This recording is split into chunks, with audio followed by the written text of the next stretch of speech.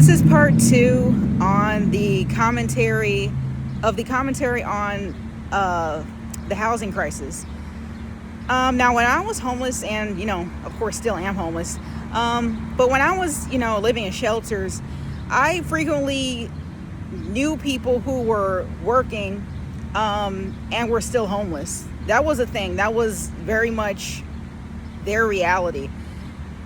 Here they are working to get themselves out of homelessness, and they're still working and still living in a homeless shelter, and it's just crazy. I predict in the coming years we're in addition to the mass exodus that I talked about in the previous video, part one, I predict in the coming years we're also going to see mass protests in response to this housing crisis that keeps getting worse and worse every year, as housing prices go up every year. Also, the average person, I said, is not a millionaire, and the average person also has to work more than one job just to survive and keep their head above water. That's how much rent prices are. Even in the non-upscale neighborhoods, rent is still like $1,000 and up.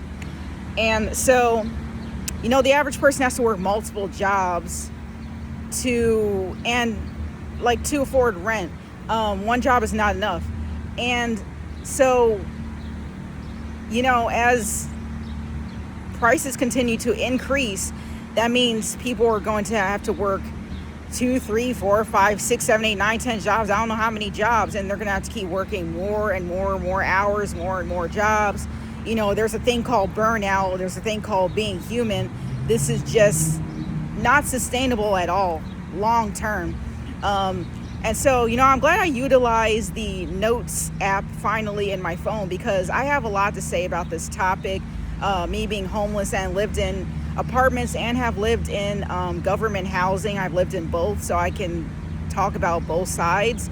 And so there might even be 3 or 4 parts to this topic, because I just have a lot to say about it, and I have a lot of notes to refer to, but I have a lot of experience with this, so you're going to be hearing a lot more about this topic from me, and from everybody all over America.